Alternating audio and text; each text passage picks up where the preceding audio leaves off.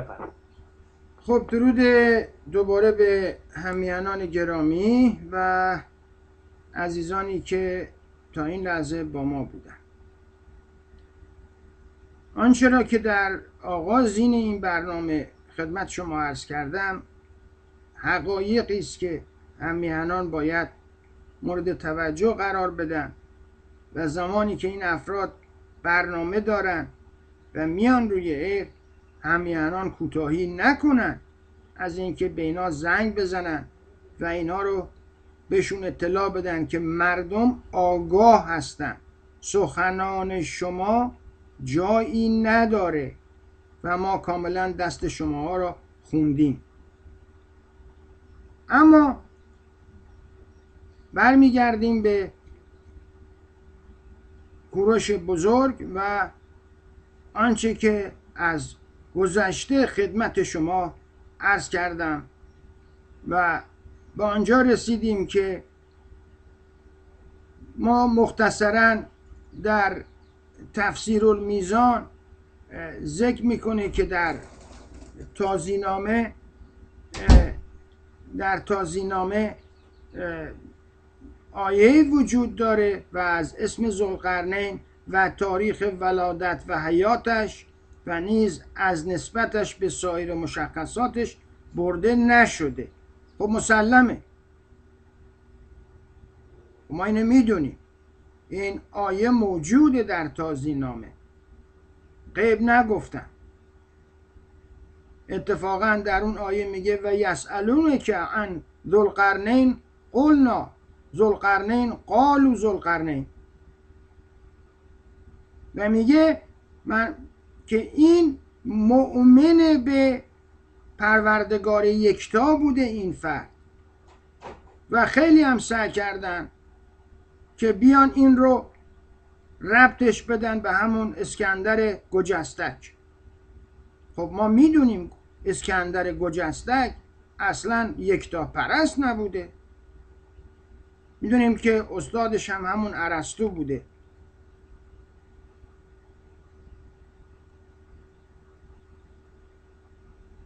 اما در مورد سدی که کوروش بزرگ به وجود میاره و بین دو کوه رو به اصطلاح مسدود میکنه که این اقوام وحشی چینی یا تاتار یا مغول نتونن به مردم حمله بکنن و غارتگری بکنن و جنایت مرتکب بشن، باعث میشه که مردم به یک آسایش نسبی برسن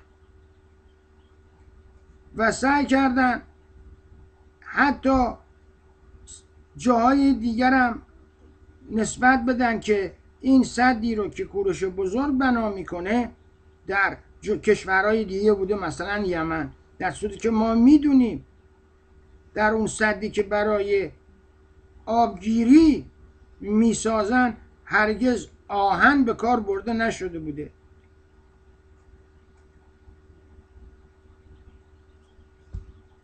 و با بعضی از مردمان ستمگر در مغرب برخورد نموده و آنان را عذاب کرد. اینجا منظورش اینه که تنبیهشون کرد. و سفری به مشرق نمود و در سفر دیگرش سد محکمی بنا کرد و این سد در مغرب یا مشرق آفتاب بود.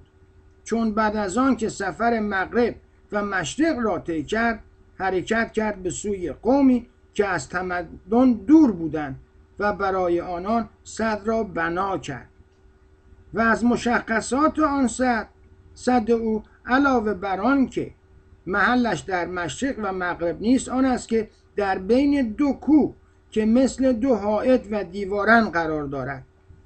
ذوالقرنین بین دو شکاف آن دو کوه را بست و در بنای آن از قطعات آهن و مس گداخته به کار برد و بنابراین لا محاله باید آن سد در مضیق و تنگه‌ای باشد که بین دو ناحیه‌ای از نواحی عرضه مسکونه را ربط دهد. باری در اخبار سابقین و تواریخ قدما از مورخین نیامده است که پادشاهی در عهد خود به نام ذوالقرنین نامیده شده باشد و نه آنکه اسمش در غیر زبان عرب معنای ذوالقرنین دهد و نه خصوص لفظ یاجوج و ماجوج و نه بنای صدی به او نسبت داده شده باشد. عجبا. به بعضی از ملوک حمیر از یمینین اشعاری در مقام مباهات نسبت داده شده است که در آنها ذوالقرنین را از اسلاف خود که تبایع بودن شمرده و سفر او به مشرق و مغرب و سد یاجوج و ماجوج را بیان کرده است. اما ما میدونیم که هیچ یک از اینها سند تاریخی نداره. از کتاب کیهان شناخت حسن بن قطان مروزی، طبیب منجم متوفی 548 هجری، این چنین گفته شده: آن کسی که صد را بنا کرده یکی از ملوک آشور بوده به نام بلینس و او را ایزاً اسکندر نامیده است. اینجاست که من دارم میگم بابا مزخرف نگی، لااقل خود تازینامه داره اذعان میکنه که او یکتاپرست بوده. یعنی هر جا که تونستن این نماد فرهنگ و نماد بهزیستی ملت بزرگ مانند ایرانیان رو روش یک خط بطلان بکشن، سعی خودشون رو کردن.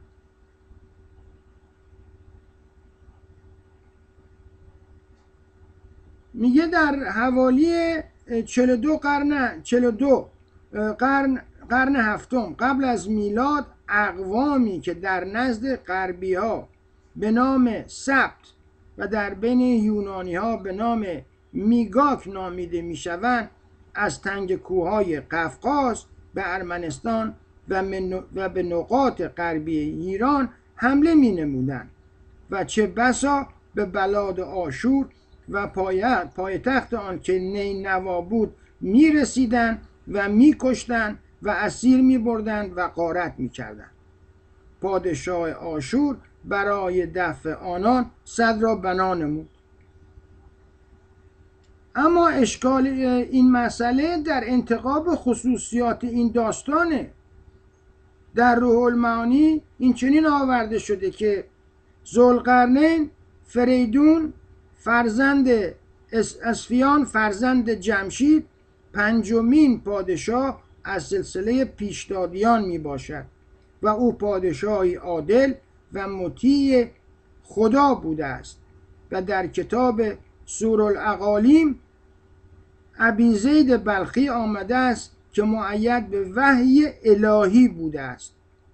و اشکال این مسئله این است که تاریخ یک چنین مسئله را عنوان نکرده و بعضی گفتن که ذوالقرنین اسکندر مقدونی بوده و اوست که صد را بنا کرده. آخه اسکندر آخه سازنده نبود، همش تو جنگ و جنایت بود و صد اسکندر مثل معروف و مشهور در زبانا شده است و در غرب الاستاد روایتی از موسی بن جعفر که همین امام جعفر این اوزگلاست در عدل المنصور 2 روایت اومده که افیه بن عامر و وهب بن منبه از رسول اکرم در این مسئله پاسخهایی داده شده و بعضی از قدما مفسران از صحابه و تابعین مثل معاذ بن جبل بنا به نقل مجمع البیان و قناده و بنا به نقل در منصور به این قول قائل شدند و بر این مطلب بوعلی سینا در کتاب شفا که سخن از ارسطو که استاد اسکندر بوده به میان آورده و او را ذوالقرنین دانسته تصریح نموده خب این کاملا مزخرفه. شما کجا اینو از ابو علی سینا دیدید؟ و امام فخر رازی در تفسیر کبیر خود بر این معنا اصرار ورزیده است. نه جانم، خودتون رفتید به زور اینو چپوندین تو کتابش.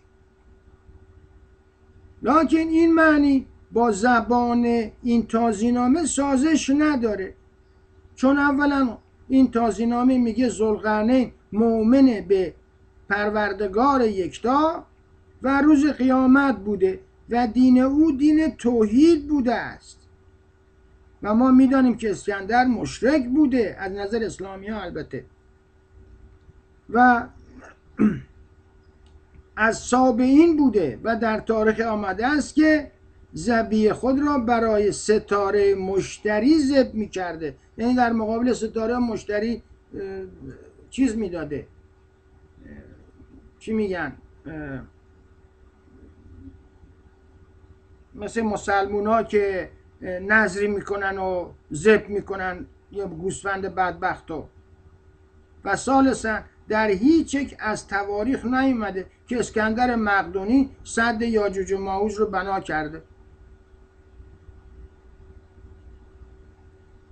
جمعی از مورخین گفتن که ذوالقرنین یکی از ملوک تابع ازوای یمن بوده.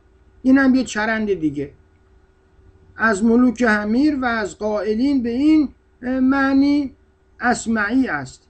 یعنی چی؟ یعنی مشخص است در تاریخ عرب قبل از اسلام و ابن هشام در سیره و تیجان الملوک و ابو ریحان بیرونی در الاصال الباقیه و نشوان بن سعید حمیری در شمس العلوم و مقریزی در خطط بحث مفصلی در این مسئله نمودن که مجموعش استفاده میشه که اولا لقب ذوالقرنین به بسیاری از ملوک حمیر اطلاق میشده است و ثانیاً آن ذوالقرنین اول که سد یاجوج و ماجوج را بنا کرده است قبل از اسکندر مقدونی به چندین قرن بوده. این دیگه نباید جای شکی برای کسی باقی بذاره. ولکن در کلام او یه بازی دو تا اشکال وجود داره. یکی آن که موضوع سدی که تبع حمیری بنا کرد کجاست، و دوم این که این امت مفسد فی الارض که یاجوج و ماجوج هستن کیه که ملوک حمیر برای دفع آنان سد بنا کرده.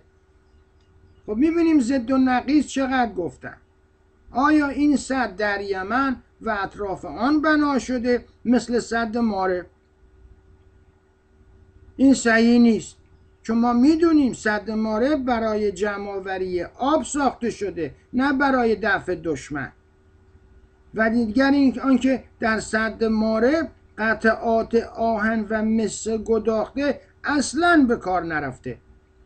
و سوم آنکه اطراف تبع از حمیر امثال قبط و آشور و کردان از اهل تمدن بودن، نه از قبایل وحشی که نیاز به سد داشته باشن. نیرو داشتن، قدرت داشتن، ارتش داشتن.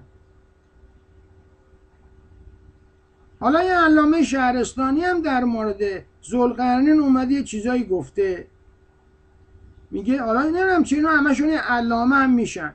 علامه سید حبت الدین شهرستانی در تایید این گفتار ذوالقرنین که در قرآن مجید آمده است، یعنی در تازینامه، به چندین قرن قبل از اسکندر مقدونی منتهی می شود و او یکی از پادشاهان صالح از تبع ازوای یمن بوده. نخیر جانم. و عادت طایفی از آنان این بوده است که خود را به لقب زی مسما کنند، مثل زی همدان، زی قمدان، زی المنار، زی الدقار و زی یزن. در اون زمان البته ما میدونیم که یک کلمه زی در اون حوالی به اول اسامی اضافه میکردن. ما میدونیم این هم در این مورد صدق نمیکنه که ذوالقرنین اصلا ربطی به یمن داشته. در همون صحبتی که قبلا کردیم کاملا اینا منتفی شد. نمیگه این مرد مسلمان و موحد و عادل و حسن السیره بوده و سفری به جانب مغرب نموده و به بحر عبیز رسید و سفری به مشرق نموده و سپس به جانب شما رفت تا به مدار سرطان رسید و شاید آنچه در زبانها رایج است که داخل در ظلمات شد همین باشد و اهل آن بلاد از او تقاضای سد کردند و او ساخت. پس اگر این سد دیوار بزرگ چین باشد که بین چین و طایفه مغول کشیده شده است، پس باید گفت که ذوالقرنین تعمیر و مرمت قسمت‌های از آن را نموده است و به مرور ایام خراب شده و نیاز به تعمیر داشته، چون اشکالی نیست در آن که اصل دیوار چین را پادشاهان چین قبل از این تاریخ بنا کردند و اگر سد دیگری باشد که اشکالی در آن نیست. و ما میدونیم دیوار چین اصلا ربطی به سد یاجوج و ماجوج نداره، مدت ها قبل ساخته شده دیگه. ما داستان این ساخته شدن دیوار چین رو به طور کامل میدونیم و این آقا برای این تایید صحبت خودش مزخرفات زیاد گفته. حتی شاهد هم آورده که بودن ذوالقرنین پادشاه صالحی از عرب که اعراب از رسول خدا درباره چنین مردی سوال کردند و قرآن برای تذکر و اعتراف آن را ذکر کرده. این قابل قبولتر است و به مذاق غرب و سوال آنها نزدیکتر است تا سوال از ملوک روم و عجم و بازم به ما میگن عجم یعنی لال و چین که از امتهای دوری بودن، یعنی زود میخوان اینم به خودشون بچسبونن. بابا شما عربا شعور نداشتید، بین شما اصلا نویسنده‌ای وجود نداشت، دانشمندی وجود نداشت. در همون عربستان قبل از که محمد آقا بیاد همتون قبیله بودید، اصلا نمیدونستید ارق ملی چیه.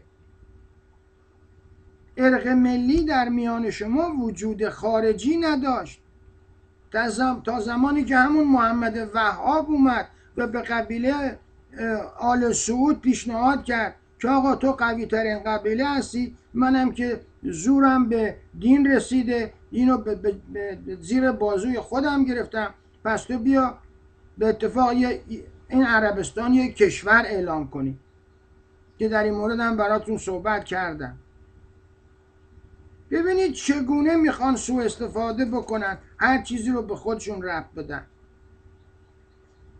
درست همون حرفی بود که قبلا زدم که اومدن حمله کردن کشورهای جهان رو گرفتن، بعد به جای اینکه بیان بگن در این کشورها نویسندگان و تاریخدانان و نمیدونم دانشمندان زیادی بودن، میگن و از میان مسلمین تاریخ نویسان و نمیدونم نجوم شناسان و ریاضیدانان و اینجور چیزا بیرون آمد. نه جانم، ابو ریحان بیرونی و نمیدونم اون دانشمندایی که ما در اون زمان داشتیم یا آمدن یا آمده بودن، قبل از شما اینا وجود داشته در ایران. شما اگر واقعا چنین دانشی داشتید چرا قبل از اسلام خبری از شما نیست و از این کتابا خبری نبوده و این تاریخ نویساتون اومدن خودشون اقرار کردن که بابا اولین کتابو اصلا خود سلمان فارسی نوشت. عبدالله ثبیتی دیگه از این بهتر که دیگه ندارید که در تاریخ نویساتون، از البلازری که بهتر دیگه ندارید که. خود همین ابن ایشان در صورت که من اشکال بزرگی با این ابن هشام دارم و همین طبری که جفتشون مسلمون 100 طبقه بودن، یعنی خود هر کدومشون به تنهایی 100 رأس عرب بودن.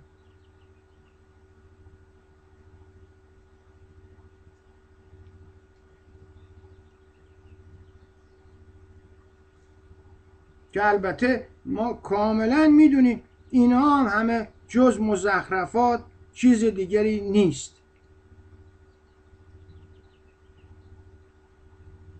سطحای دیگری هم بودن که هیچ کدوم درشون اصلا آهن به کار نرفته بوده، مثل گداخته به کار نرفته بوده. این ایرانی ها بودن که به این علم دست یافته بودن. کشورهای بسیاری در جهان اصلا از این مسائل خبری نداشتن اون زمانی که حکومت شاهنشاه ایران به وجود آمد. تمام این صنایع، تمام این پیشرفت‌ها از ایران به کشورهای دیگه سرایت کرد. بنیانگذار علم باستان ایرانی‌ها بودن. باتری رو ایرانی‌ها اختراع کردن.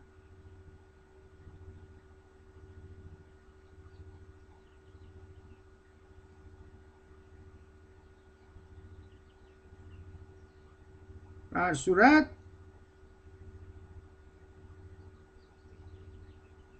به این نتیجه میرسیم که البته لقب داشتن به مثل ذوالقرنین و نمیدونم این زی که اینا راجع به صحبت میکنن که از ملوک یمن بوده، در ملوک روم و دیگران دیده نشده و کاملا این نشون میده که ذوالقرنین از ملوک یمن نبوده.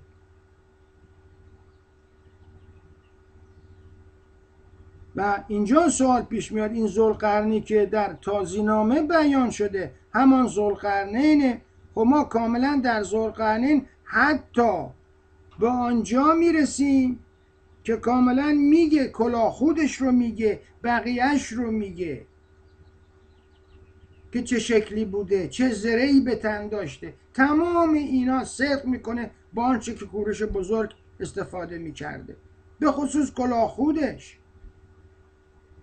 اما سیر احمد خان هندی گفته که ذوالقرنین کوروش که یکی از پادشاهان هخامنشی بوده و تاریخش از 560 سال قبل از میلاد تا 539 سال قبل از میلاد است می باشد و او است که تأسیس امپراتوری ایرانی نموده و بین مملکت فارس و ماد را جمع کرد و بابل را به تصرف درآورد و یهود را اجازه داد تا از بابل به اورشلیم بازگشت کنند و در بنای هیکل یهود مساعدت کرد و مصر و یونان را تسخیر نمود و تا مغرب پیش تاخت و به سوی مشرق سیر نمود و تا آخرین نقاط معموره رسید. نقاط معموره در واقع این سر احمد خان در واقع یکی از کسانی است که حقیقتا در این مورد تحقیقات زیادی کرد. اما از ابوالکلام آزاد درباره نظریه سر احمد خان هندی هم من یک قسمتی رو براتون عرض کنم.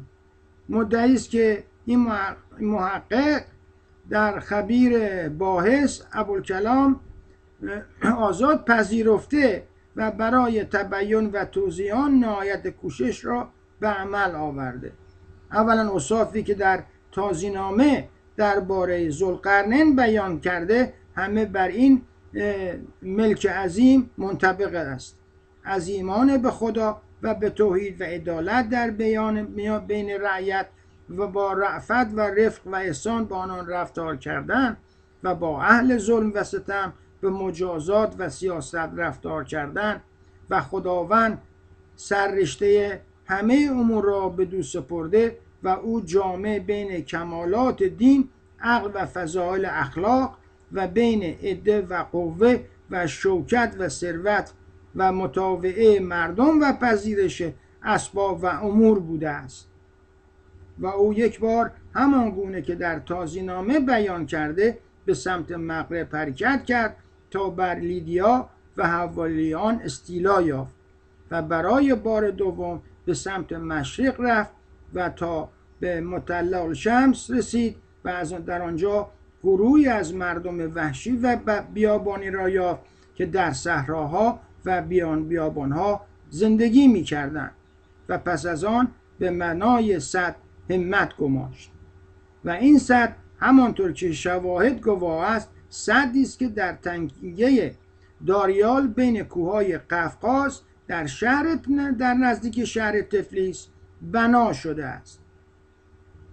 اما ایمانش به خدا و روز قیامت در کتب عهد عتیق مثل کتاب عزرا اصحاح 1 و کتاب دانیال اصحاح 6 و کتاب اشعیا اصحاح 44 و 45 آمده است و با قطع نظر از وحی الهی یهود با همان عصبیت مذهبی که دارند مرد مشرک محسوس و یا وثنی را نمی ستایند.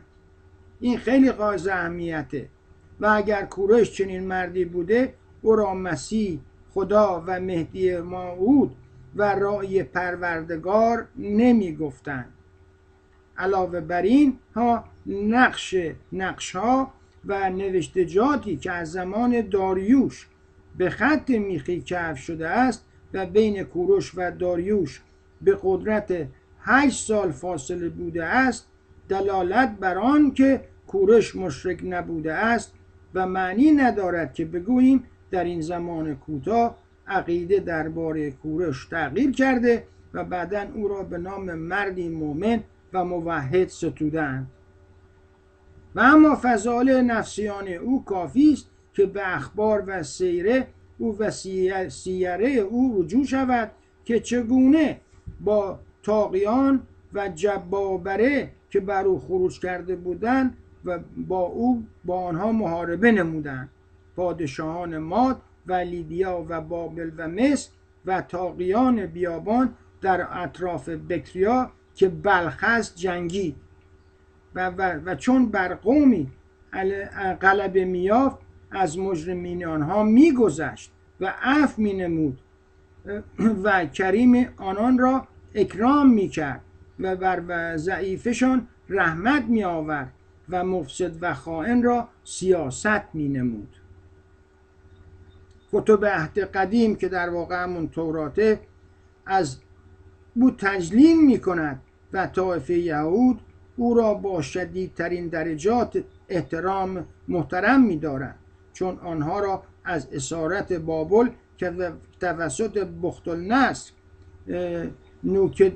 نظر در قسمت 44ش فکر میکنم باشه انجام گرفته بود و معبدشان را خراب کرده بود آزاد ساخت و به شهرهای خودشان عهدت داد و اموال بسیاری برای تجدید بنای هیکل به آنها داد و نفایس غارت شده هیکل را که در خزائن شاهان بابل بود با آنها پس داد و این نیز شاهدی است بر آنکه ذوالقرنین همان کوروش است چون سوال از ذوالقرنین در تازینامه البته من میگم تازینامه اینجا نوشته قرآن کریم همانطور که در روایات آمده است به تلقین یهود بوده است و قرن در لغت عبری و عربی به یک معنی آمده است و مورخین یونان قدیم مثل هرودوت و غیره با آنی که دشمن ایران و پادشاهان ایران هستند او را به مروت و فتوت و سماحت و کرم و صفح و قلت حرس و رحمت و رفعت یاد کردند و وی را ثنا و تمجید نمودند و این نمیتونه کسی باشه جز کوروش بزرگ.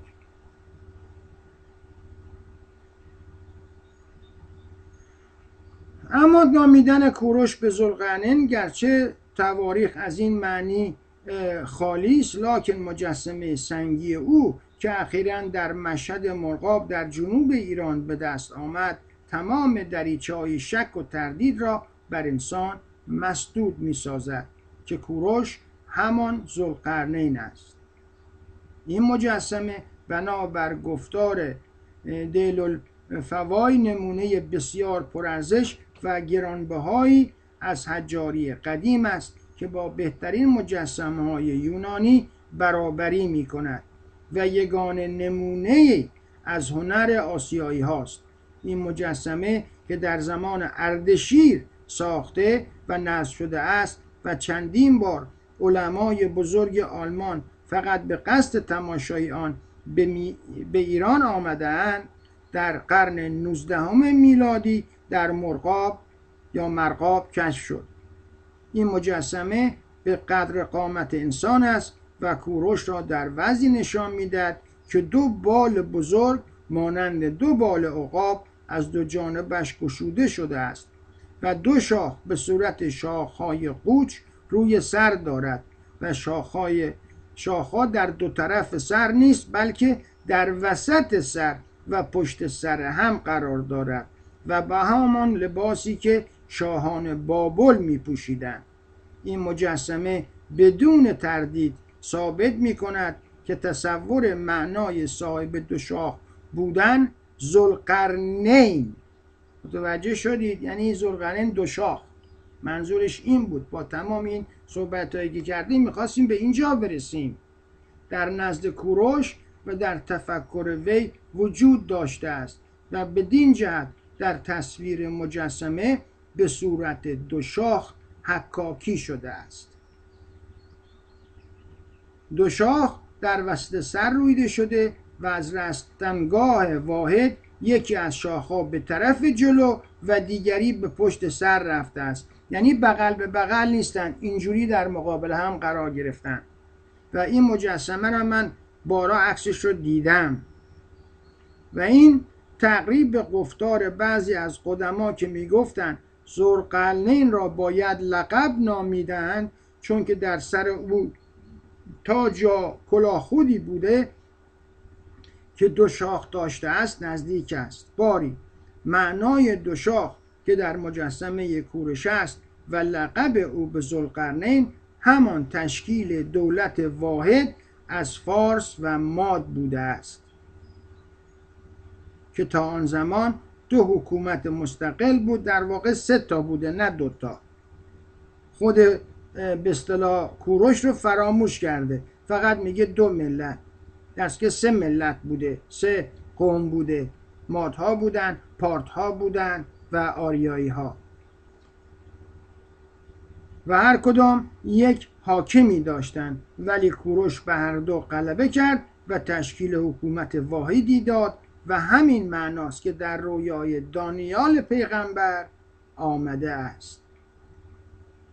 من جناب بکامیست که به آخر برنامه رسیدیم، درسته؟ چقدر دیگه وقت داریم؟ یه ربع دیگه مونده. یه ربع دیگه مونده.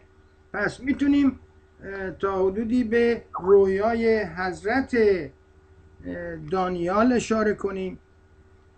در رویای حضرت دانیال که در کتاب دانیال اصحاح 8 از صفحه 1 تا صفحه 9 اومده، در سال 3 از سلطنت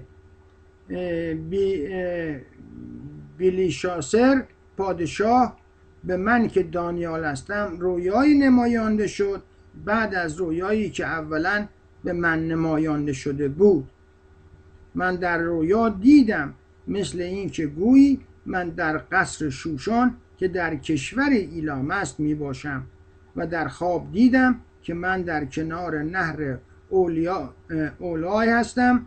پس چشمان خود را بلند کردم که ناگهان دیدم قوچی در برابر نهر ایستاده و 2 شاخ دارد و شاخهایش بلند بود، لکن یکی از دیگری بلندتر بود و آن شاخ بلندتر عقب برآمده بود و دیدم که آن قوچ به جانب مغرب و شمال و جنوب شاخ میزد و هیچ حیوانی در برابر او ایستادگی نمی نمود و از دست او رهایی نبود لحاظ آن قوچ طبق میل و اراده خود عمل میکرد و بزرگ میشد.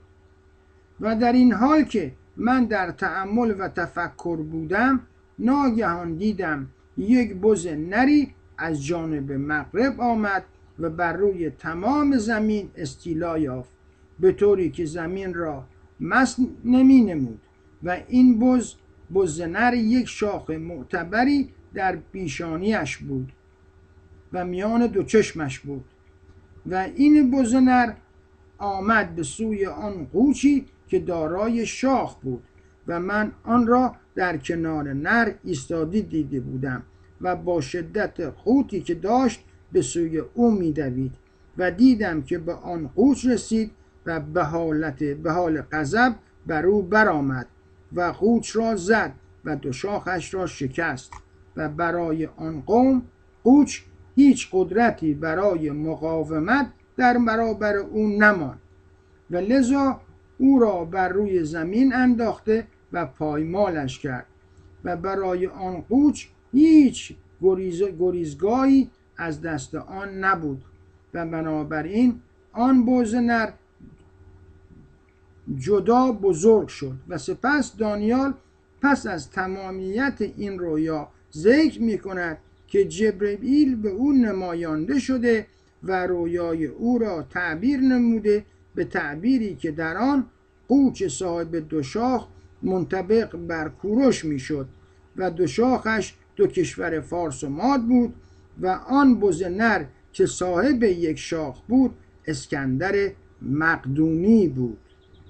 در رویای دانیال آمده است که قوچی که به نظر او آمده دو شاخ داشته، ولی نمانند شاخ سایر قوچ‌ها، بلکه یکی از آن دو شاخ در پشت دیگری بوده. همونطور که عرض کردم یکی جلو بوده یکی پشت سرش، یعنی به صورت پشت سر هم قرار داشتن، نه به هر دو صورت، از هر دو طرف. در رویای همونطوری گفتم در رویای دانیال آمده که قوچی که به نظر او آمده دو شاخ داشته، ولی نمانند شاخ سایر قوچ‌ها، بلکه یکی از آن دو شاخ در پشت دیگری بوده است. و این معنی بین همان است که در صورت مجسمه باستانی کوروش مشاهده می شود.